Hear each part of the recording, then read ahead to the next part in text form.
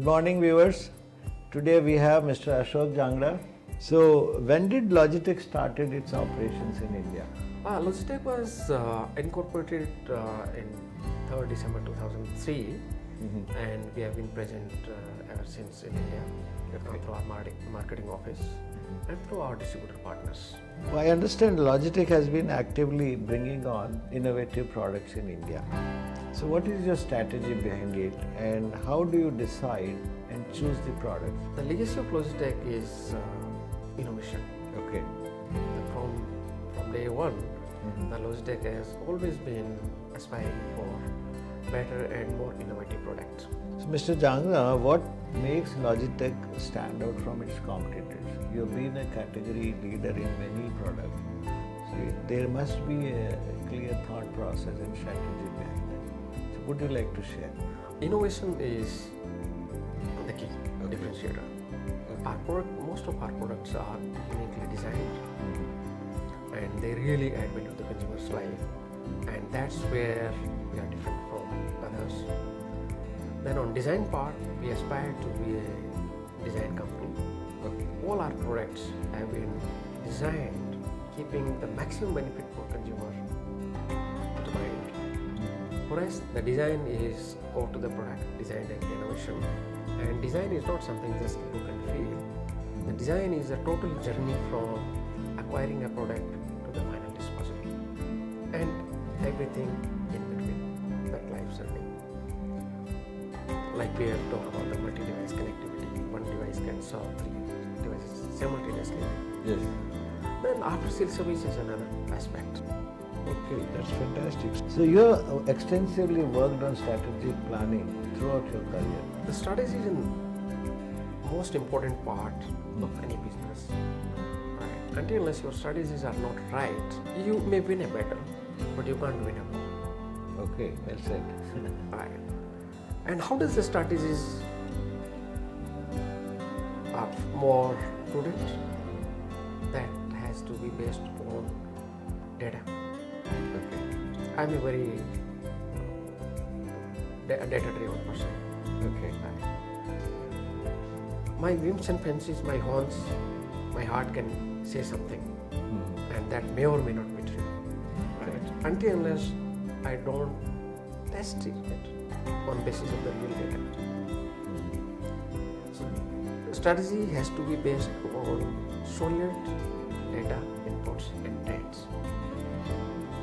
In my own career, I found the decisions I have made, this is data, are found to be more on the right side and less on the wrong side. How do you think the market research changed the way consumer electronic industry operates in India? How does it impact? That's the question.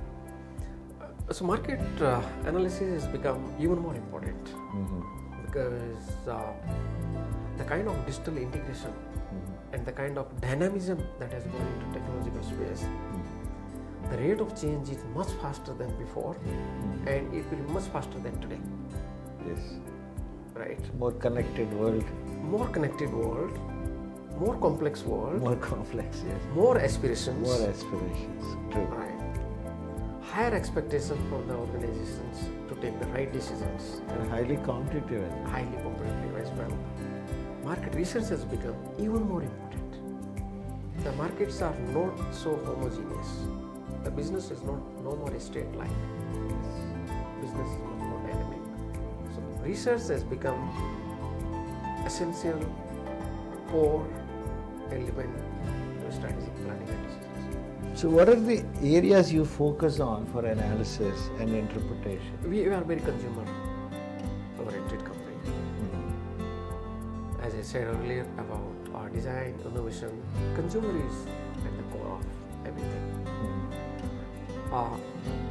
We prefer to work with the research associates who could provide more and more consumer insights,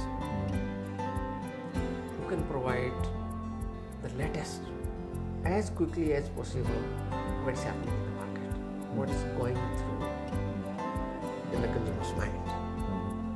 How a certain product is perceived by consumers. Accordingly, we can work on those feedbacks and improve our brands and consumer offering.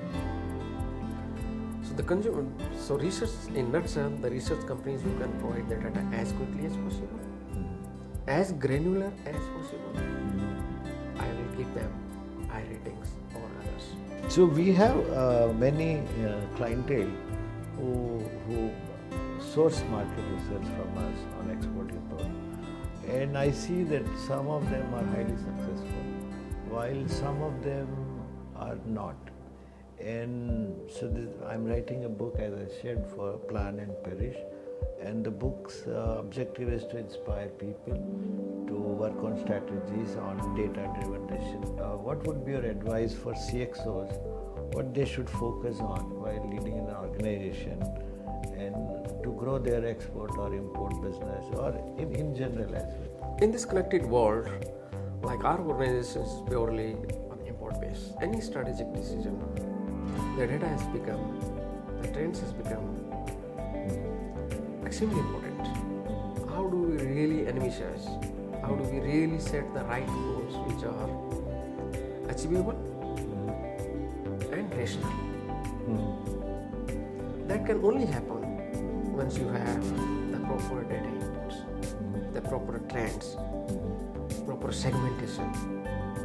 Until unless we don't have those concrete data inputs, our decision may not yield the kind of desired results we plan for. Okay. So I would suggest, based on my own experience, all the strategies, guys, please have a proper look at the data inputs. Okay. Your heart is important, but data is equally important. Equally important. So gut feel and data has to be balanced. There has to be balance. Only data may lead to a decision, but the CXOs, they have to take decisions based on the data as well.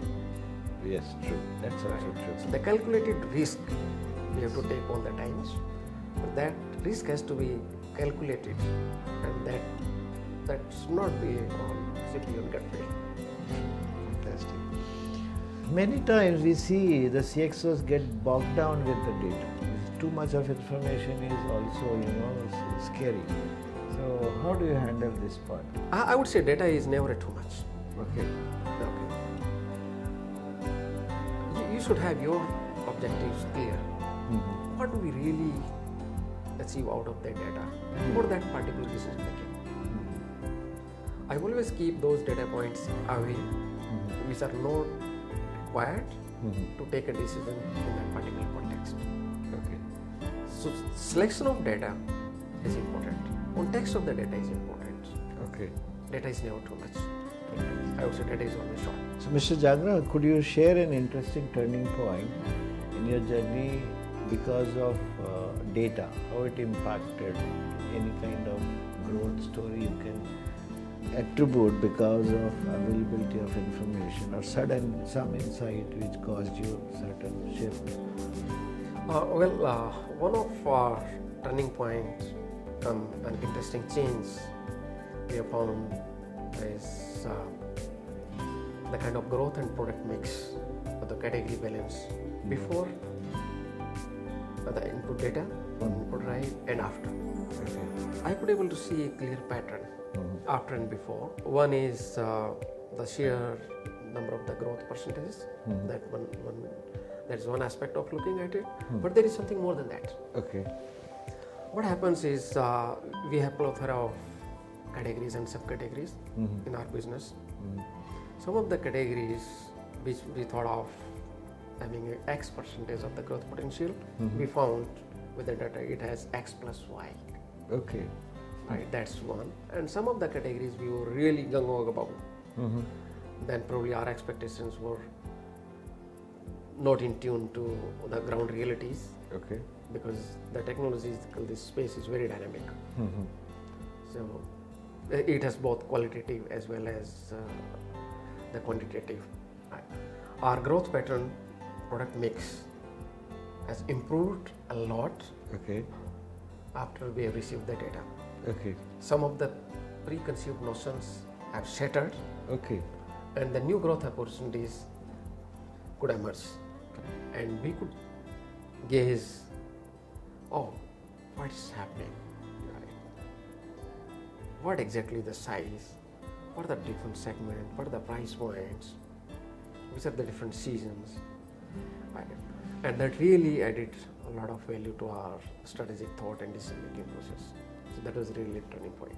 Our growth almost multiple times before and after. Okay. In certain categories, it has really jumped very high. Okay, that's fantastic. Thank you so much.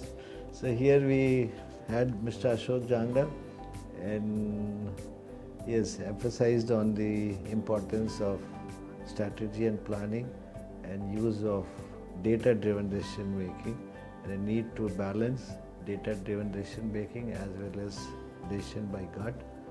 A good balance should help and steer the organization on the growth path.